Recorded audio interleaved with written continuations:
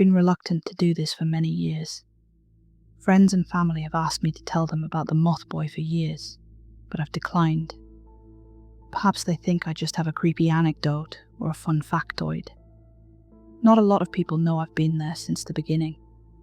For reasons that will become apparent, I've been motivated to look closer at my experience with this person. Moth Boy. A stupid nickname. Funny even, like a sidekick to an insectoid superhero. But I think we need to start at the very beginning. The year was 2004.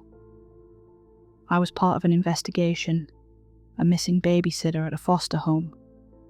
It was peculiar, but not necessarily sinister. We'd had some calls about that home in the past, but it was mostly just kids being kids. Neighbours complaining about noise and the occasional broken window. This was different. The foster home sheltered 6 kids from troubled backgrounds. The parents had to leave town for a family emergency and had paid for a pair of babysitters to help in the meantime. These weren't just any babysitters either. They were friends of the family and well known to the children. Familiar faces. Let's call her Vicky. Vicky had arrived at the house Thursday afternoon. She was to stay there until Sunday, when the other sitter would come by. Vicky was there to help with cooking, cleaning, keeping an eye on the kids, and making sure the older ones got to school okay. But when the other sitter arrived on Sunday, she found Vicky's car still in the driveway, and the kids had been on their own since late Friday. We were immediately called in. This was not just about a missing person. There was a full home of kids involved. I have a background in child psychology. I was fresh out of college and had a penchant for westerns. I wanted to be the white hat who rode into town and cleared things up, being a shoulder to lean on and a hand to hold when the going gets tough. That wasn't quite my job description, but what we do and what we want to do are rarely the same thing. By the time I got to the Wheeler foster home, the place was packed with cars.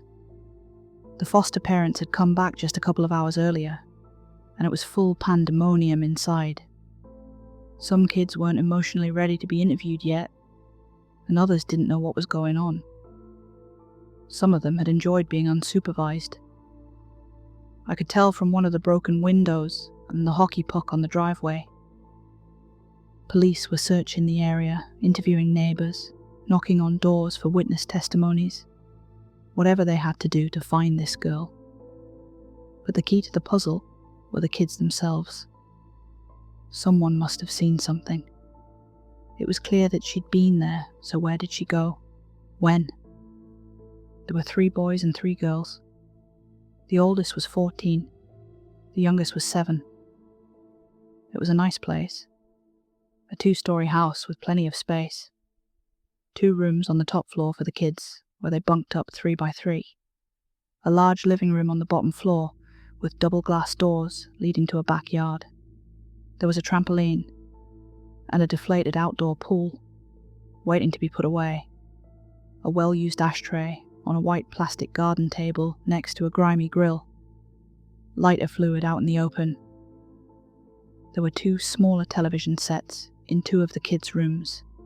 An Xbox for the boys, a GameCube for the girls, both accompanied by well-worn and Cheeto-stained beanbags.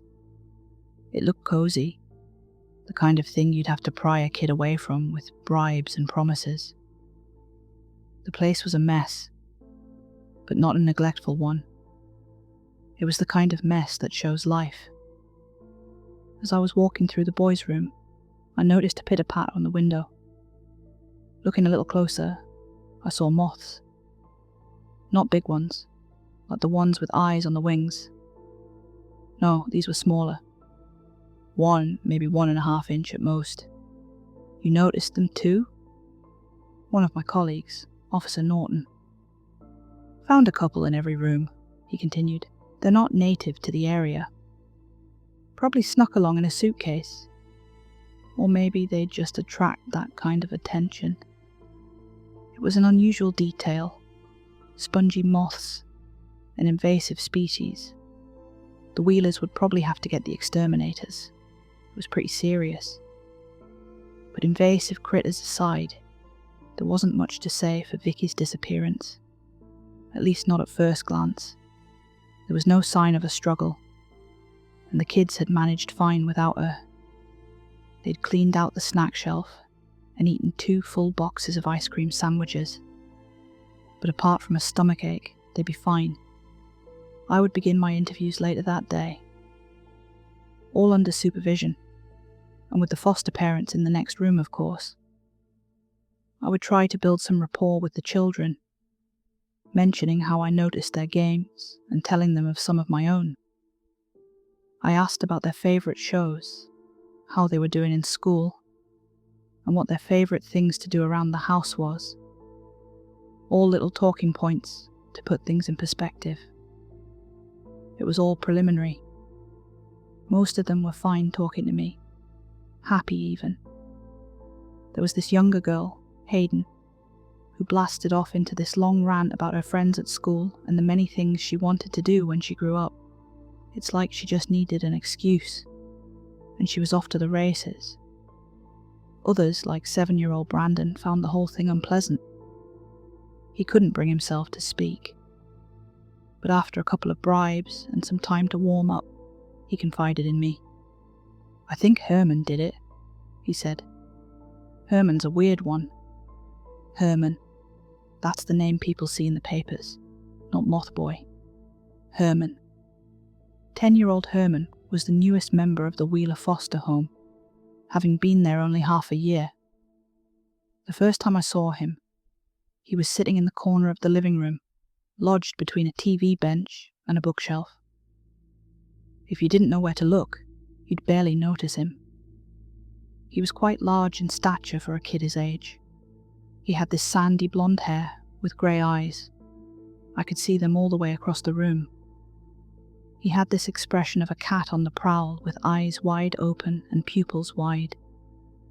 He was just sitting there staring ahead, as another moth tapped on the window to my right. "Hey there, Herman," I said, walking up to him. "You mind talking to me for a bit?" I held out a hand and introduced myself. Herman shook it, and I felt this intense warmth. Then, movement, a twitch. I pulled back, only to see he'd put a caterpillar in my hand. The thing had these cactus-like spikes digging into my skin as it rolled back and forth. My hand flared up like I'd been stung by a wasp. I dropped the caterpillar and crushed it. Herman didn't seem to mind. His expression didn't change. I tried to have a conversation with him, but he didn't respond. It was only later that evening that I learned from one of the older girls that Herman didn't speak. Not just as in he spoke quietly. He never spoke at all. I asked his foster parents about it, and they mentioned him being an unusual case. "We don't know what happened before he came to us," they explained. "They just found him." I don't know where my instincts come from, but I felt something. We weren't going to find Vicky with a thorough search or a surprise witness at the 11th hour. No, we had an answer in Herman. I don't know why, but something was telling me that behind those grey, doll-like eyes was an answer. I remember leaving the Wheeler home with a strange gut feeling. It was like an anxious stone in the pit of my stomach. Like I'd seen something awful. But my mind was playing catch-up with my eyes. I saw Herman in the window of the second floor looking my way, and even from a distance, I could see 3 moths fluttering around him. I waved goodbye, but he didn't wave back. I think it was Officer Norton who first characterized him as Moth Boy. He said something akin to, "We talked to every kid in there and got nothing." Well, not Moth Boy. We didn't talk to him. Herman was suspected to be the cause of the moth infestation in the Wheeler home. They'd begun to show up around the time of his arrival, and they were apparently very common around spaces where he spent the most time. Hence the Moth Boy moniker. It caught on. Even after one visit to the Wheeler home, I'd start to find larvae in my clothes, mostly my pockets. These little black, segmented things, waving their bodies back and forth like pool noodles. I dropped everything I wore into the dryer just to make sure I got them all, but I still had chills for the rest of the night, like I could feel them on my body. And looking at the swelling on my hand, I knew these things would be a problem if they made a foothold. Vicky was still missing. The search area was expanded, with a particular focus on the nearby interstate. The current working theory was that she was either coaxed out of the house and kidnapped, or left with someone willingly. There was no working theory as to what exactly would have made her do that. She had a boyfriend, but he was out looking for her just like everyone else. The next day, we took a more structured approach. I was part of a team of people who were interviewing the kids one by one in greater detail.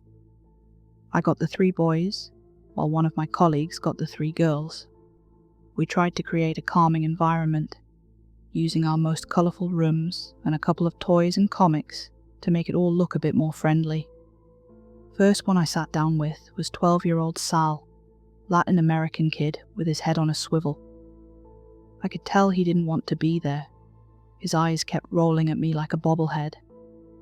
I asked him about Vicky, about when she went missing, what they did when they noticed she was gone, and he wasn't very receptive to the topic. We played games, he said. We had cold pizza and sandwiches. It wasn't until I mentioned the other boys that I saw a tinge of something uncertain in his face. He didn't have much to say about Brandon. More than that, he was cool, but talking about Herman was a whole other thing. Sal looked down when I mentioned him. He didn't roll his eyes or shrug the question off. "You have a good relationship with Herman?" I asked. "No," Sal said. "No one does." "Why do you say that?" "He's a freak." "What makes him a freak?" Sal leaned back and crossed his arms. And without looking up, he seemed to open a little. Sal had been with the Wheelers for 4 years. Ever since Herman showed up, things had changed. William, the father figure of the home, had started smoking. Julia, on the other hand, had started day drinking. "Not a lot," Sal clarified. "But you notice, it's the stress." Sal described Herman as creepy. He explained in detail how he'd notice Herman skulking around the house when people slept or when he thought no one was looking. Herman would never eat at the dinner table, instead packing his food into a Tupperware box and running away. "And the bugs," Sal said, shaking his head. "They're gross and they sting. I gotta vacuum my bed once a week. They changed mattress 3 times, but they keep coming back." Herman would never smile. He would never talk. "Have you seen anyone bully him?" I asked. "A lot of kids like that get bullied." "Once," Sal said. "I saw someone pushing him into a puddle, but they don't do that anymore." "Why not?" Sal shook his head, trying to find the words. "It was months ago. Herman hit him with a water balloon. There was blood in it. I wanted to ask, but I could tell there was more." Sal took a deep breath, looking up from the floor. He didn't want to talk anymore. At least not about Herman. Brandon had similar stories. Herman seemed to have no filter. They'd once seen him dangling a rattlesnake by the tail, playing with it. He would poke around little insect nests, hoping to attract venomous spiders. Even things like barbecue could be made creepy, as Herman would admire the sizzling meat, but not out of hunger. He just seemed to like the sound. One of few things that made him happy, it seemed. Very happy. "He spent 2 days with a branch once," Brandon said. "He took his shoelaces, wrapped them around it, and tugged. Like he was practicing." "Practicing what?" "Strangling things." Before my interview with Herman, I looked up a couple of things from his file. His original family had abandoned him and changed their names. He had been found wandering the highway by patrolmen, and efforts to find his biological parents failed. No one came to claim him. Even the name Herman was a temporary placeholder that kind of stuck around. It was no more valid than his Moth Boy nickname. Herman did go to school, but was part of a special education program. He seemed to pay attention in class, but they couldn't get him to perform any tests or measurements. He wouldn't play, and he wouldn't respond when spoken to. They knew he could read and write, but it was hard to say at what level. He would usually draw. There were those suggesting he was on the autistic spectrum, but he didn't seem to respond negatively to sudden or changing stimuli. In fact, he rarely responded to anything at all. So before my interview, I prepared some paper and crayons. If Herman didn't talk, maybe he would draw. Herman arrived with little fanfare. His foster father waited outside, having a cigarette. Herman sat down across from me, folded his hands, and looked at me from across the table. He paid no attention to the paper and crayons. Just as I was about to ask him a question, I noticed him rubbing his arms. "Are you cold?" I asked. He nodded.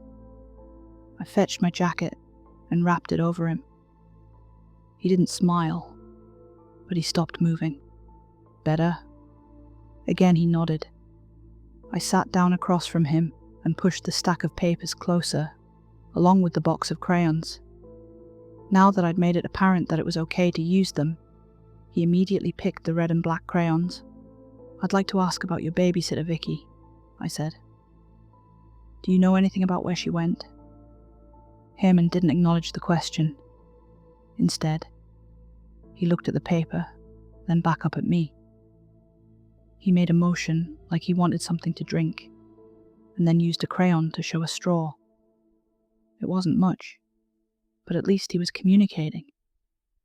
I returned with a glass of lemonade, with a straw. Herman put the crayons down and sipped the straw, looking me straight in the eye with every gulp. Those grey, doll-like eyes. "When was the last time you saw Vicky?" I asked. "Do you remember what she was doing?" He nodded at me again, grabbing the black crayon. I thought he was about to draw something, but he wrote in all capital letters. "Very happy." "She was happy last time you saw her." He shook his head, pointing to himself. "You were happy the last time you saw her." He nodded, and added the word cooking to his paper. "So she was cooking." Herman nodded enthusiastically. "Then what happened?" He thought about it for a while. Then he added the words, "went home." Curious. I didn't get much else from Herman. But from what I'd learned, Vicky had been cooking something and then went home. Of course, Herman couldn't know that. Maybe he misinterpreted her leaving for her going home, giving some leniency to the working theory of her disappearing along the interstate. I thought a lot about it as I drove home that night. There was still no word about Vicky and her whereabouts, but I shared my findings with the investigators. There wasn't much to share. The children had been too preoccupied with their own antics and games to consider what had happened. They weren't mean about it, but they'd been too busy to notice her absence until she was already gone. Now that she was missing, they all expressed concern about it. The girls had put on this friendship bracelet that Vicky helped them make. Some of the officers involved with the case talked at length about the strange Moth Boy of the Wheeler house. Not only were there plenty of rumours surrounding him, but they kept talking about him as if he was somehow responsible. He was a creepy kid. Of course he had to be the source of trouble. That had to be it. "He's big for his age," one of the officers noted. "Wouldn't surprise me one bit. He ain't all there, that's for sure." I wanted to say something, but I didn't. I hadn't made up my mind yet. Coming home that night, I felt a strange warmth along my neck. The warmth turned to a searing heat, making me throw off my jacket, dropping it flat on my bathroom floor. I hadn't even closed the front door, and there they were, on the floor. Spongy moth larvae. Not just a couple, but dozens. Maybe hundreds. Shaking out the jacket, small balls of paper and chewed bread rolled out. Something Herman had rolled up and planted in the jacket lining. He'd poked a hole in the inner left pocket and dropped the balls in there, making them almost impossible to notice. That's why he asked for the jacket, not because he was cold, but because he wanted to plant these. I spent 2 hours steam cleaning the bathroom. Exhausted, I sat down on my toilet, only to spot 3 more larvae along the trim of the walls. I had scrubbed and steamed and scrubbed again, and yet there they were. Just a couple, but more than enough. It was long after 1 a.m. when I called it a night. I'd put the jacket into a plastic bag, taken it outside, and burned it. And as I lay down to sleep, I kept waking up, imagining the pitter-patter of wings along the glass of my bedroom window. The investigation continued for a couple of days. There was a lead about a woman looking like Vicky being caught on a camera at a gas station, but it turned out to be a false positive. Being back to square one, things started to look dim. I managed to get some time with the foster parents, asking them about their experiences and suspicions. Turns out, Herman was the most immediate problem for the couple to tackle. They talked about how he'd bring them endless stress, and the constant cleaning needed to handle the moths was exhausting. I have no idea where they're coming from, the foster mother sighed. It's not the clothes. They're washed 3 times a week. The kids aren't dirty, and they all shower daily, and yet every day something comes crawling out. The foster father had a different idea. He hides them, he said. Herman hides them. I'm telling you. We had a talk with the other babysitter. She ping-ponged between hysterical and cordial, making it hard to keep a coherent conversation. She painted this picture of Vicky as a promising young woman, someone making extra money to get a place of her own as she went to nursing school. Vicky seemed perfectly pleasant, and there was no reason for anyone to hurt her. Sadly, that just meant she was more likely to be a victim. The working theory was that her boyfriend had done something. Turns out he'd been lying about his whereabouts on Friday evening. Police were looking for him to bring him in for questioning, but he wasn't officially charged with any crimes. Yet. But there were signs that pointed in a very familiar direction. It was possible, but then someone would have noticed. Sure, the kids were all about games and staying up all night, but not Herman. He must have seen something. One late afternoon, I was writing up a summary for my supervisor. I had to wear some backup clothes, as the rest was in the dryer back home. I had this uncomfortable starchy shirt. It chafed in ways you don't expect it to. I was about to finish up for the day when I got a call on my office phone. I answered, introduced myself, and heard nothing. There was someone on the other end, but they didn't say anything. I was suddenly aware of my breathing, like I could feel the hot air brush against the receiver. "Is anyone there?" I asked. There was a huffing noise. I furrowed my brow and listened. I could hear voices in the background. Children. But there was something else. Paper? "Herman? Is that you?" 2 taps, a crayon against paper.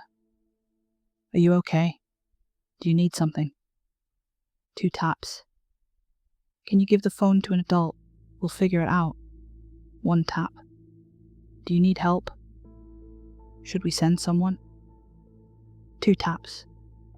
"All right, someone's coming. Hang tight." 1 immediate tap. He didn't like that. "Not that," I clarified. "All right, you want me to come?" 2 taps, clear as day. I drove out there with 2 other officers.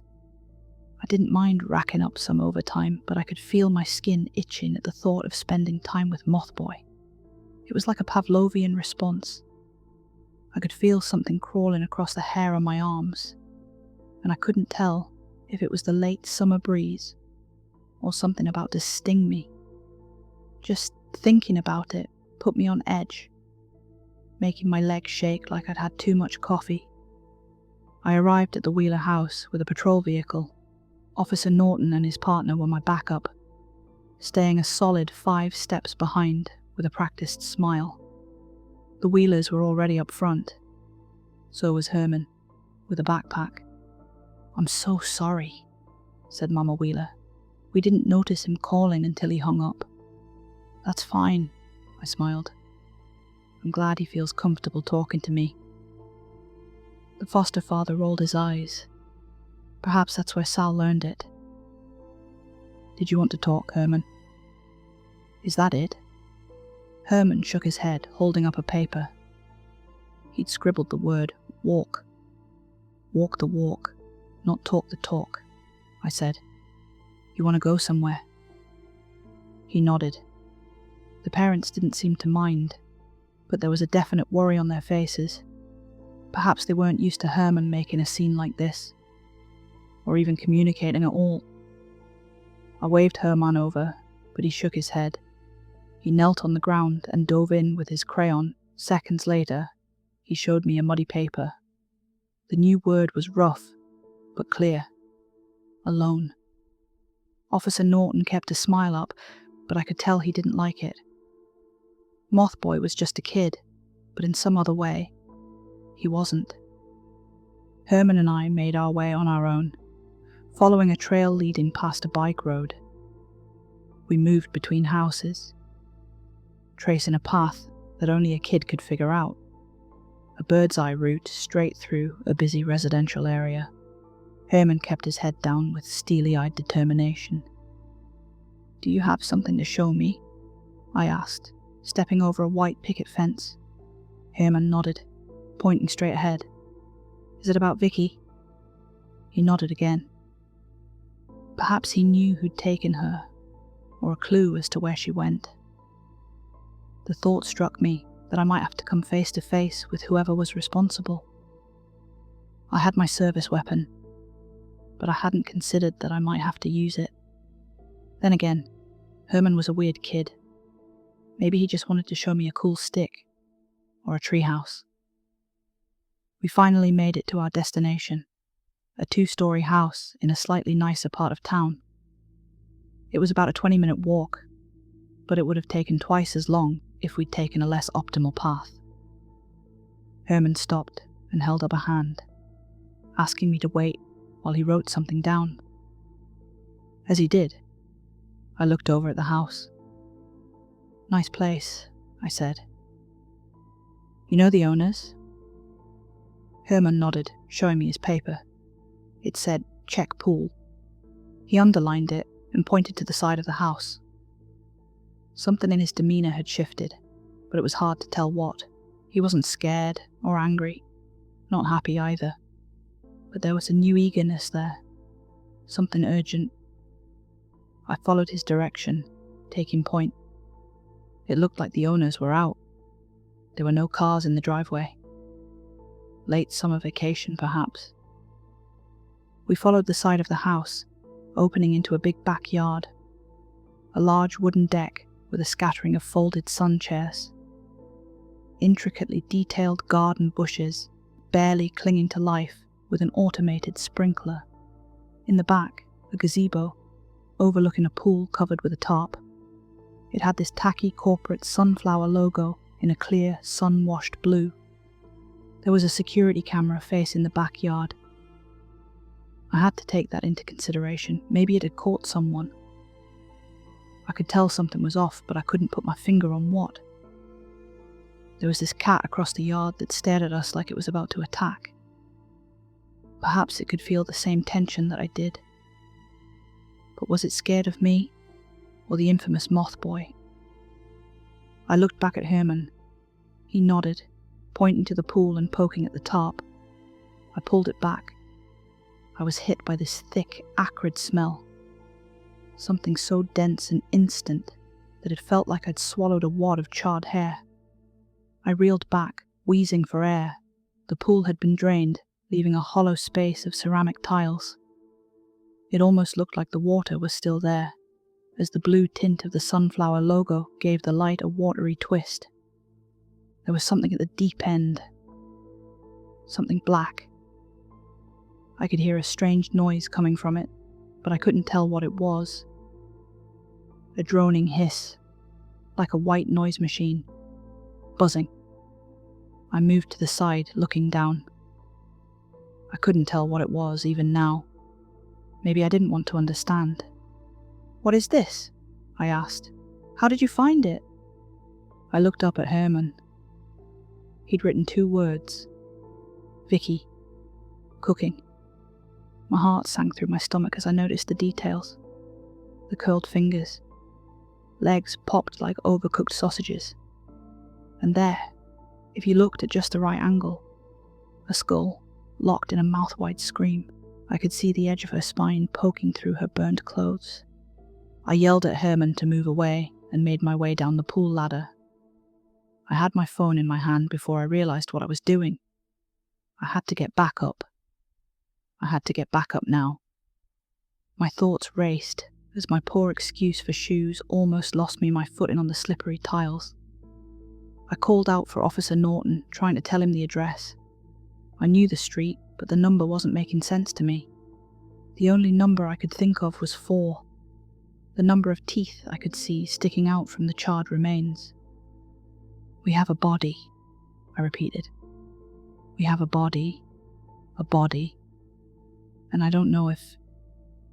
A trickle. Something wet. Rain? Couldn't be. There wasn't a cloud in the sky. Herman was standing at the edge of the pool. He was holding a bottle of lighter fluid. In his other hand, a Zippo lighter. The flame was lit. Even as I looked at him, he continued pouring. My eyes burned as the chemicals made their way up my nose. "Herman," I said. "What are you doing?" He dropped the bottle unceremoniously, reaching for his scrunched up paper. Still holding the lighter, he tapped a word. "Cooking." "Are you going to hurt me, Herman?" He nodded. "I didn't do anything to you," I said. "I thought we were friends." I tried to keep my words simple, but it felt wrong talking to him like that. This was no ordinary kid. You couldn't reason with him. He didn't listen the way others did, and he didn't care. Even looking at the charred remains of his babysitter, there was no visible reaction. He might as well have watched the clouds go by. "Herman," I said, "I need you to step back. Others are coming soon. I'm on the phone with them right now. This is very serious." But he didn't step back. He didn't put out his lighter. I could promise him a house swarming with police officers, and he wouldn't bat an eye. Because by the time they got there, he would have already won. I pulled out my gun. Never in 1,000 years had I thought I'd be pointing it at a kid, but I did. "Put it away now," I snapped. "Do it." The flame stayed lit, and he wasn't budging. He stretched his arm out, holding the lighter with 2 fingers like a dainty dame with a fine cup of tea. Safety was off. I could do it. One wrong pull of a muscle, and I'd be the man who shot a 10-year-old. "Last chance," I demanded. "Last chance, Herman." My legs were shaking. I could feel a cramp coming on as my muscles tensed up. My mouth was wide open, sucking in air like a funnel. He dropped the lighter.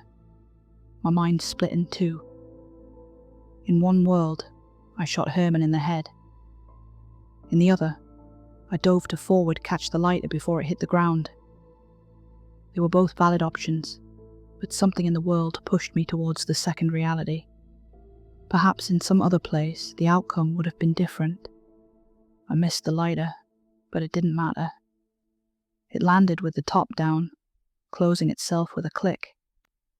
For a couple of seconds, I just lay there next to the charred remains. My world was nothing but chemicals and coal. I couldn't get my body to stop shaking. I'd been the flick of a lighter from going up in flames. I brushed away an insect, then another one. It didn't take me long to realize that Vicky was infested with them. And there, around her neck, something burned but unmistakable. Shoelaces. I climbed out of the pool. Herman was just sitting on a sun chair with his papers, writing. The cat had made its way across the yard and curled up by his feet. I didn't even realize I was still holding my gun. I figured I could still do it if I wanted to. One pop, and a lot of drama would be over. This wasn't just a kid. He was something else entirely. Something I'd only read about in solemn worst-case scenario profiles during training. Perhaps I'd be doing everyone a favor. Before I could say anything, Herman showed me another thing he'd written. Very happy. Of course he was. There were sirens in the distance, and he couldn't care less. "You killed her," he nodded. "Why?" He thought about it for a second. He turned to his papers, making a few practice strokes. He gave the paper to me. A smiley face. No words this time. I escorted him to the front of the building to meet up with the officers. As we walked, I felt something. He was holding my hand. Not to plant a caterpillar in my palm, but because hands is what kids are supposed to do. They were supposed to hold people's hands when the going gets tough. That's what Moth Boy was working with. Assumptions. I think that's the first moment I saw him for what he truly was. A pretender. Until the moment those flashing lights came around the corner, I contemplated pulling the trigger, like I had some cosmic option to end lifetimes of pain. But I couldn't bring myself to do it. The aftermath was awful. There was the fallout of the family being informed, but also the devastation of the Wheeler foster home. Not to mention the house where Vicky had been burned. Remember I mentioned Moth Boy having been bullied once? Yeah, the kid who did that. It was his family house. They had to move. They couldn't stay in a house where someone had been burned. And yes, she'd been alive. There was a security camera overlooking the backyard. Herman had tricked Vicky there, showing her some text on a piece of paper. As they got to the edge of the pool, he held up a necklace with a shiny rock. Vicky had clapped her hands excitedly and turned around for him to put it on. As she did, he switched the necklace for his shoelaces. Then he struck. He did some real damage in those first few seconds. Herman is larger than most kids his age, and Vicky was smaller than the average adult woman. After a short struggle, she stumbled into the empty pool, and Herman let her go. Using the lighter fluid from his foster father's grill and a Zippo lighter, the camera showed a sudden burst of light, and Herman just stood there, very happy. I didn't stay up to date with the court rulings that came after that. I heard he was locked away. I just wanted him out of my life. Thinking about him reminded me that I was the kind of person who'd shoot anyone to save myself. It put this stain on my mind, like I was the most selfish person in the world. I kept Herman's smiley face, paper as a reminder. I don't know why. Maybe to torture myself. For weeks after last seeing him, I would still get these incessant moths fluttering around my apartment.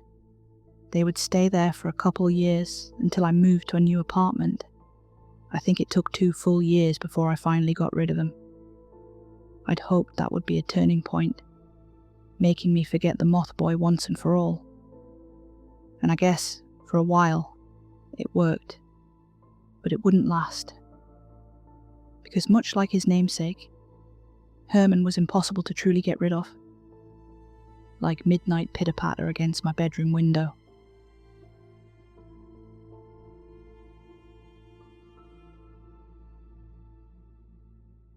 Hi everyone, thanks for listening. That was Moth Boy, Part 1, written by Reddit's own Saturdead. If you enjoyed it, please consider liking, commenting, and subscribing. It really helps the channel grow. Stick around, because I'll be back tomorrow night with Part 2. I'm on a roll. Someone bought me a coffee, so now I'm highly caffeinated and in full story mode. If you'd like to support what I do, or just want to see how many coffees it takes before my words start to vibrate, my PayPal link is in the description. This channel isn't monetized, so any donation really helps. And now, a fun fact you didn't ask for. Did you know that the giant Atlas moth has wings so big they can reach almost a foot wide? Their wingtips even look like snake heads, a natural defense trick to scare away predators. Nature can be just as unsettling as fiction. And here's the kicker. I'm actually scared of butterflies. Yep, I can narrate horror stories about moth demons, but a little flutter near me in real life. I'm gone. Good night.